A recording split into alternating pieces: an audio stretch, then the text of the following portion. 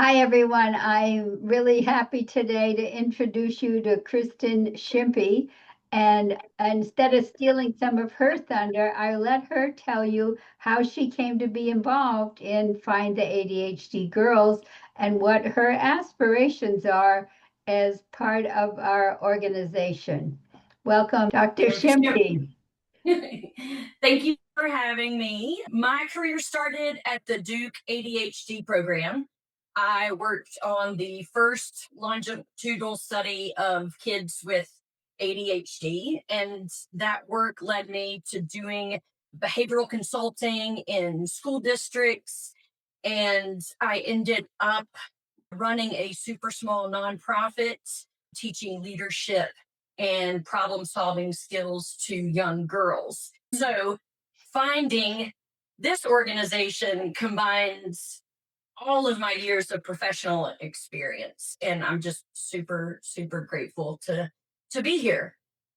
All right. Yeah. Well, our organization is lucky that we have people who get so inspired by what we're doing. They contact me. I got the person who writes articles for our newsletter. She contacted me. I got board members who contact me. This mission is really responding to people that they don't want the next generation of girls to go undiagnosed the way that they have. And we're not just for women that went undiagnosed. We're for anyone who cares about girls going underdiagnosed. Absolutely. And I spent the last year running a podcast, and that message came through no matter who the guest was. I mean, I knew that when I was talking to parents that I would hear some of that messaging, but I heard it from males, I heard it from professionals, I heard it across the board that girls with ADHD are the ones that are still being missed. And so I think this messaging and this mission is super important. So girls do not have to do things like mask and hold it all together at school and then come home and completely melt down. And that really does change the dynamics of a family when that is the norm.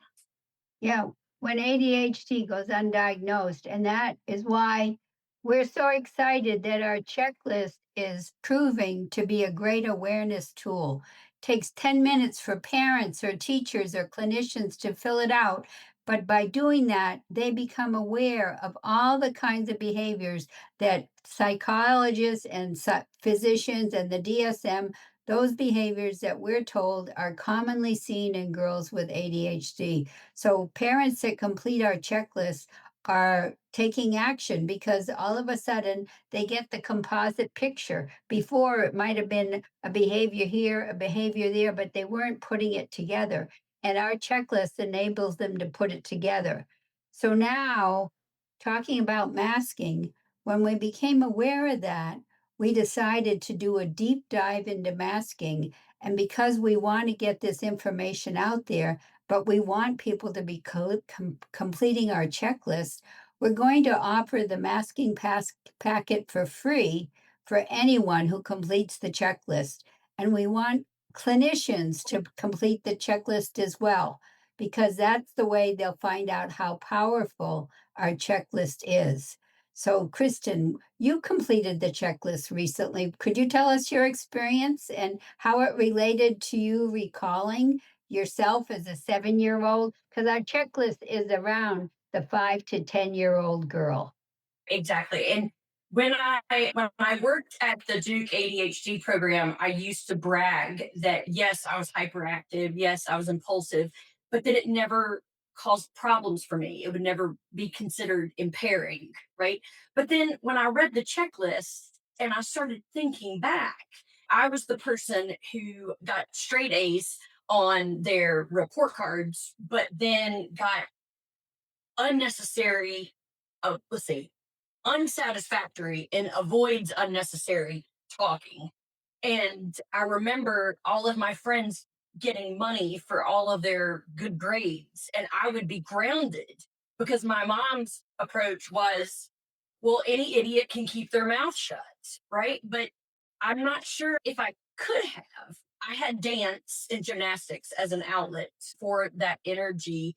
I was always moving, right? And so she was constantly giving me things to do to Yes. make my movement more appropriate, right? I got in trouble in school for talking, and I think a lot of adults view those kinds of behaviors and think it's willful or a choice that I'm choosing to make, and it's not something that is inherently a part of who I was as a child. So I look back at that little girl and think, God, what if more people had understood kind of what was behind that constant need to move and talk? Now I just do things like podcasts, and so it makes sense. Well, yeah, I have a couple of friends now that are the hyperactive type because I'm the inattentive type. And they got into being an attorney, but a trial attorney where they would be talking a lot. So they find what they are really good at and they put themselves in a career where they get to do that. Well, and one of the things that I really like about the checklist is that it gives parents something super concrete to look at, fill out, maybe even have their child's teacher fill it out because maybe things look different at school than they do at home. And I think giving all of that information to your primary care provider in that just very one checklist One format document, yeah. that makes it so much more doable than a parent having to say, I'm not really sure what's going on. Yeah, to have more data, and I think that's one reason I had trouble getting diagnosed is that I would just read the DSM where it said, "You often are this way," and I didn't know what often meant, and I didn't know exactly what the words were saying. So when we describe under each kind of behavior, like you're inattentive, we describe the kind of behaviors that would be seen in a 5 to 10-year-old that's inattentive. It really brings it home to parents. So again, we're here to promote the checklist, but we're also here to talk about how parents or anyone reading this newsletter could get involved and help us achieve our mission of getting girls to be diagnosed sooner. Christine, do you want to talk about our ADHD Advocates for Girls program? Yes. So the advocate program is one where professionals, parents can sign up to be advocates and go out in their community and spread the word about the checklist, about other resources that we have in our database and wheelhouse, because advocates can help increase awareness, and more awareness means that fewer girls are going to be suffering silently and not getting diagnosed until in their 50s or maybe never even being diagnosed. So the advocate program is one where adults can sign up and you're given weekly tasks that you pick from and say, okay, I've got 5 minutes this week. I'm going to reach out to a school person. I'm going to go out in the community and give some resources on masking to some other people. So it's a way to get involved and help spread awareness. And what I hope through my role is that we're able to build a community of people who all believe in the same mission, and we can create that community and get stronger as we grow. And right now, in just 2 months, we've grown so we have 320 advocates. And the thing with the advocates is that we only expect a 5-minute task every week.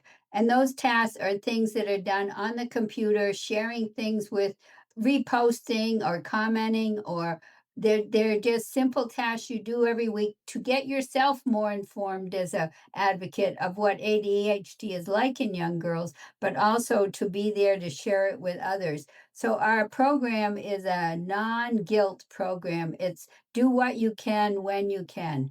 We have a structured program, But if that doesn't appeal to you, we welcome you to just become someone who knows about our checklist, who knows about our resources, and who is out there sharing it whenever you can, wherever you can. Absolutely. And really, for me, I have three goals, at least right now. And one is to is to build relationships. So I want advocates to know there's a real person behind the initiative that they can reach out to if they have questions or just want to share a success story. And I want to build community so that there is a place where people can be involved and come together and get to know each other and building leaders, right? So there are going to be advocates that say, you know what, I can commit to 5 minutes a week, but there are others who are deeply involved in the world of ADHD that would potentially be interested in having a more leadership role. So I'm very excited. Yeah, so I guess when I introduced Christian, I didn't tell you she's taken on the role of being advocate engagement manager. So she's going to be the contact person going forward to grow this program, to encourage the advocates to do more and more and to feel fulfilled, to feel that they're really making a difference with the work they're doing. Because look at me, I've been in this work now for over 30 years and I still find it rewarding. Almost everyone who gets involved in helping other people learn about ADHD find it very rewarding. So we hope that advocates who get involved in this work will also find that they're doing something that's very rewarding because it is making a difference. Yeah, absolutely. And I spent this week calling some advocates and get to knowing them, and they are all super excited. I have been very surprised at the expertise that comes with some and so much lived experience. So Mm. it's, and people are eager to help. They just need to know exactly what to do. And I think we are rolling out something that is very clear, very specific action items that people can do weekly so that the next generation doesn't have an initiative like this because it's not something that we need anymore.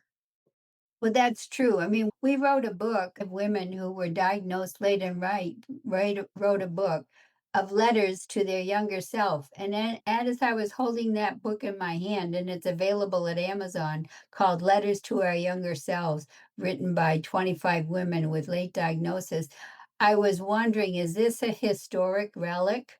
So Mhm. that in 25, 50 years, there'll be no women who have a late diagnosis because we're all diagnosed before age 8. That's the goal of our organization. I want to say for those of you who are wondering about becoming an advocate, we've had 2 people who have learned about it and experienced and said, "No, I don't have time for this now. I wanna do it later. Get back to me later." So, come and explore the program and don't feel like you're signing up for something that's beyond you. We wanna make it so that every woman feels that they have a way they can contribute to this if our mission has any kind of meaning to you. If you have any kind of feeling that, "No, it's wrong," it's not, it's unjust that girls have been going undiagnosed and I care about it, then we want you Yes, to explore our advocate program. absolutely.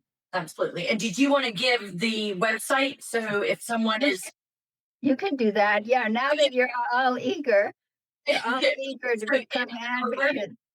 our website is findtheadhdgirls.org/advocate to sign up.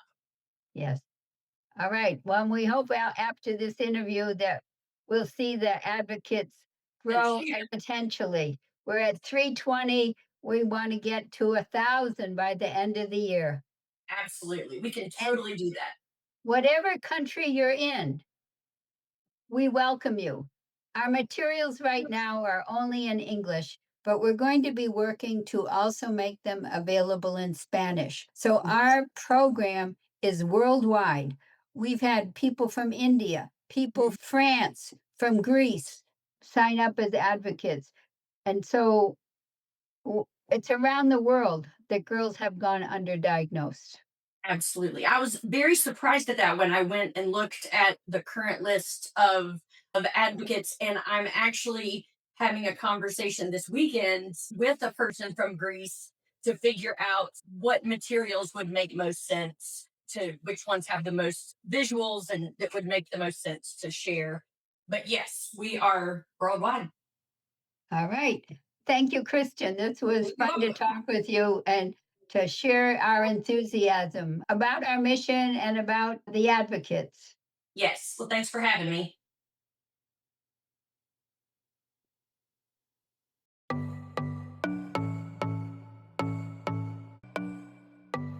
We believe all girls with ADHD should get a fair start in life by getting diagnosed by age 8. Visit us at www.findtheadhdgirls.org. Thank you.